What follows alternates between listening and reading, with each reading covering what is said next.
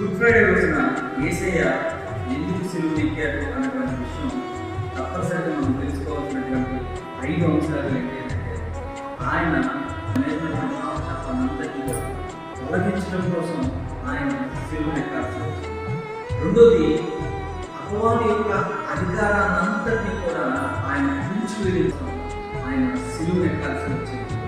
మూడోది వచ్చేప్పటి అబ్రహాము పొందినటువంటి ఆశీర్వాదాన్ని మనకి కట్టబెట్టడం కోసం. నాలుగోది, ఆయన పొందినటువంటి గాయాల నుండి గొప్ప స్వస్థత కలగడం కోసం. చివరిగా ఐదోది, అతి పరిశుద్ధమైనటువంటి స్థలంలో ఒక యాజకుడు మాత్రమే వెళ్ళాడు.